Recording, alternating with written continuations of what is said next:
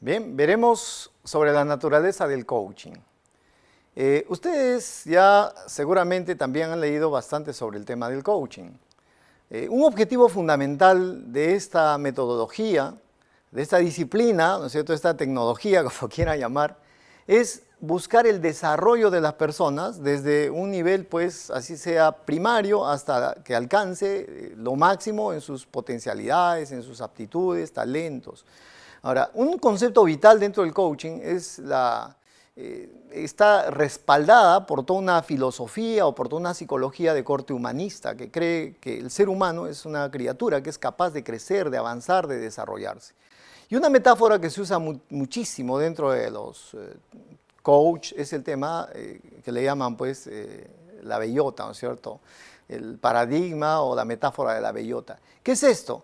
Que muchos consideran que nosotros somos como las semillas de un árbol hermoso que va a ser un roble. Entonces, para convertirnos en majestuoso roble necesitamos elementos varios.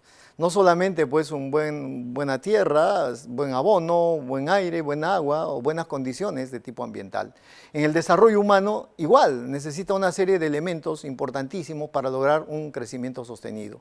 Ahora, de hecho, las personas tenemos un potencial tremendo que ha ido creciendo por los factores varios, pero muchas veces también porque la propia sociedad hace que tengamos una serie de paradigmas, de prejuicios, de estereotipos aprendidos, no soltamos todo lo que nuestro potencial puede dar. Vale decir, hay un potencial oculto, un potencial que realmente tenemos que liberarlo para lograr que esta persona, incluso nosotros mismos, podamos alcanzar niveles cada vez mayores. Entonces, partiendo del hecho de que todas las personas tenemos su potencial, es ahí donde entra muy fuertemente esta disciplina del coaching. Por eso es que tiene esta importancia que nosotros vemos todos los días. El coaching ha sido definido en muchas formas. Uno de los grandes del tema es John Whitmore, ¿no es cierto? Un coach que trabajó muchísimo, tiene un libro muy bueno sobre este tema, donde define así con precisión que es el proceso de destrabar el potencial de la persona para maximizar su rendimiento. Ahora, y esto implica ayudarla en mucho a que aprenda a través de sus propios recursos, de su propio potencial, o sea, sacando desde adentro todas las posibilidades que tiene. No es cuestión de enseñarle una serie de técnicas como sí lo hacen otras metodologías, como puede ser el entrenamiento, la capacitación o el propio mentoring. En el caso del coaching es buscar a través de un lenguaje adecuado, que vamos a mencionar en unos minutos, que la persona comience a sacar, a extraer, ¿no es cierto?, de lo más profundo todo el potencial que tienen. La International Coach Federation también tiene definiciones varias y habla de una relación profesional continuada que ayuda a las personas a lograr resultados extraordinarios en su vida, en su profesión, en los negocios. Y de esta manera la persona mejora en su rendimiento, mejora su calidad de vida. Ahora, el tema es que la Internacional, la ISF, menciona que es un coaching profesional, pero el coaching profesional, si bien requiere todo un proceso de aprendizaje, seguramente con un mínimo de horas y de hecho con una certificación de una institución de este tipo, es una tecnología que no necesariamente la tiene que aplicar aquel que es coaching o coach profesional, la puede aplicar cualquiera, un padre, un amigo, un ejecutivo, ¿no es cierto? Porque es una metodología que vamos a explicar, tiene una serie de características bastante fáciles de aprender y muy potentes en sus resultados. Respecto al coaching, se ha escrito tanto que en verdad tú encuentras una enorme bibliografía sobre coaching. El shadow coaching, el cloud coaching, coaching con caballos, coaching ontológico, self-coaching, coaching existencial, etc. Y esto llevó a algunos a preocuparse respecto a verdaderamente qué es el coaching. Y una de las lecturas que más me llamó la atención es un libro de coaching y mentoring publicado en The Economist por Jane Renton, que uno de los párrafos dice lo siguiente: el coaching es un ladrón parlanchín que ha tomado prestadas sus ideas de otras personas. Entonces, bueno, en verdad esto me pareció pues un golpe interesante, pero adecuadísimo. Entonces, hecha la lectura del libro, hace todo un análisis del coaching sobre sus procesos, sobre historia de todo lo demás. O sea, la sorpresa inicial es, oye, ¿qué pasa? Entonces, y bueno, es cierto, ¿no? Lamentablemente al coaching se le ha asignado una serie de valores que definitivamente van más allá incluso de sus fundamentos de base o fundamentos de inicio, pero eso lo seguimos viendo. ¿Qué es el coaching? Vicky Brock, una PhD, psicóloga, ella comienza a hacer todo un análisis histórico del coaching y al final indica que el coaching es un amalgamiento, es una consolidación, es un enfoque, si ustedes quieren, sistémico de muchos campos de acción y de pensamiento, donde se ha integrado ideas, ¿no es cierto?, que vienen desde filósofos, psicólogos, antropólogos, administradores, etcétera. Entonces, si nosotros trazamos un devenir histórico del coaching, no podemos quedarnos solamente con la idea de que el coach nace pues de la palabra cochero, coach, ¿no es cierto?, en un país europeo y de ahí para adelante nace el coach. No, no. El coaching nace desde tiempos inmemoriales, probablemente desde Lao Tse, Confucio, Buda, en la que ellos comienzan, en esta filosofía riquísima oriental, a tratar de encontrar una explicación respecto a lo que es la vida, lo que es el ser humano, lo que es el potencial, lo que es la felicidad.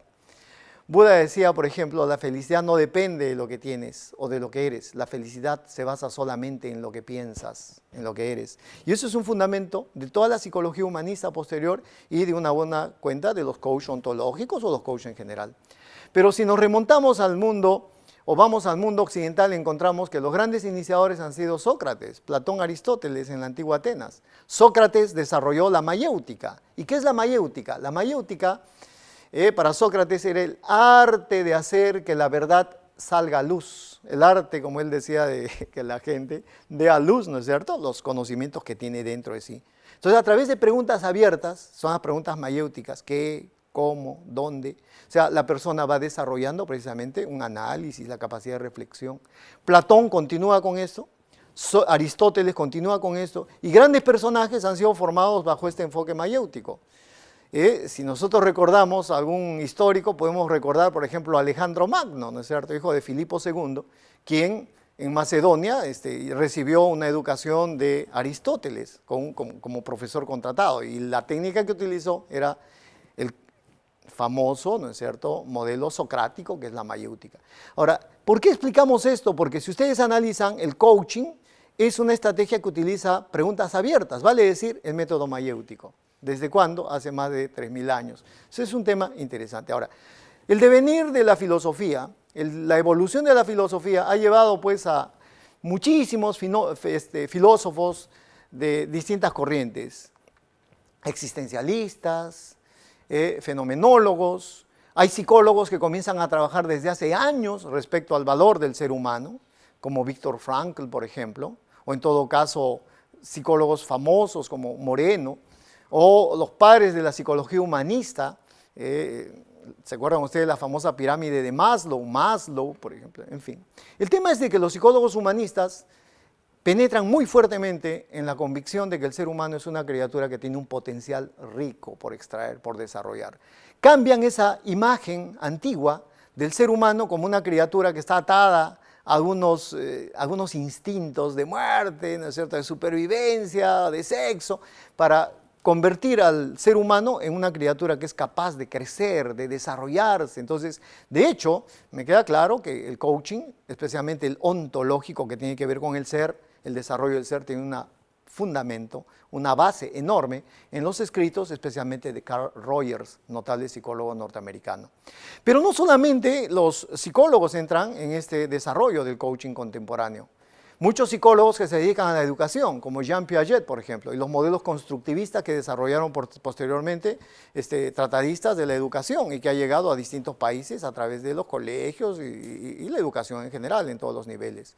También tiene presencia los coaches deportivos, porque es innegable que han habido grandes entrenadores del deporte, el tenis, el fútbol americano, el soccer, ¿no es cierto?, fútbol pues que practicamos nosotros, que han dado su opinión respecto a lo que es el desarrollo de las personas, el potencial de las personas y la riqueza que debe extraerse de sí mismo.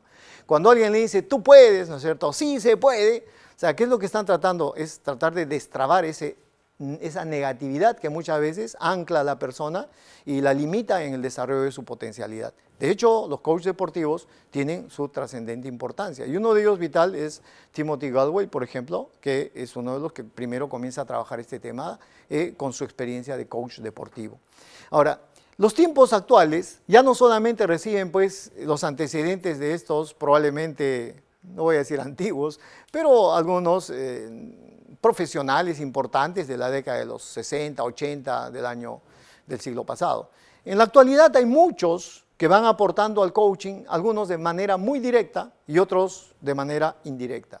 De manera directa podrá ser pues Timothy Leonard, por ejemplo, que es el que fundó la Federación Internacional de Coaching, un gran coach. De manera directa podrá ser John Whitmore y muchos tratadistas, quizás Leonardo Walt también, y ponemos, ¿no es cierto?, toda la escuela chilena de Newfield, en fin. Pero muchos han aportado en el coaching viniendo de disciplinas varias. Por ejemplo, de la administración, yo por lo menos, encuentro un gran aportante en el profesor del MIT, Peter Senge. O incluso Eliyahu Goldratt, el autor de ese libro extraordinario que es La Meta, escribe sobre lo que es la teoría de las restricciones, pero si tú analizas el libro vas a encontrar que es un texto de coaching ejecutivo, coaching gerencial, realmente sorprendente. O psicólogos como Goleman, que también comienzan a trabajar mucho el tema, por ejemplo, de la inteligencia emocional. En verdad hay una serie de fuentes que nos permiten analizar la importancia del coaching como elemento vital para el desarrollo de la persona. Bien, ahora, el tema del coaching puede ser definido de varias maneras, pero nosotros hemos lanzado una definición un tanto tratando de sistematizar lo que es. Y acá va la definición. Método sistematizado que tiene como objetivo fundamental el desarrollar el potencial de las personas. Pero cuando hablamos de desarrollo de potencial, pues abarca N elementos, desde los deportivos hasta los emocionales, hasta, en fin. Entonces, y ahí es donde precisamos. Principalmente, conciencia y responsabilidad. Conciencia y responsabilidad. Y de ahí para adelante, pues surgirán elementos vitales como la motivación, como desarrollo de autoestima y muy probablemente, especialmente en los coaches que trabajan en el tema existencial, personal, incluso la madurez psicológica.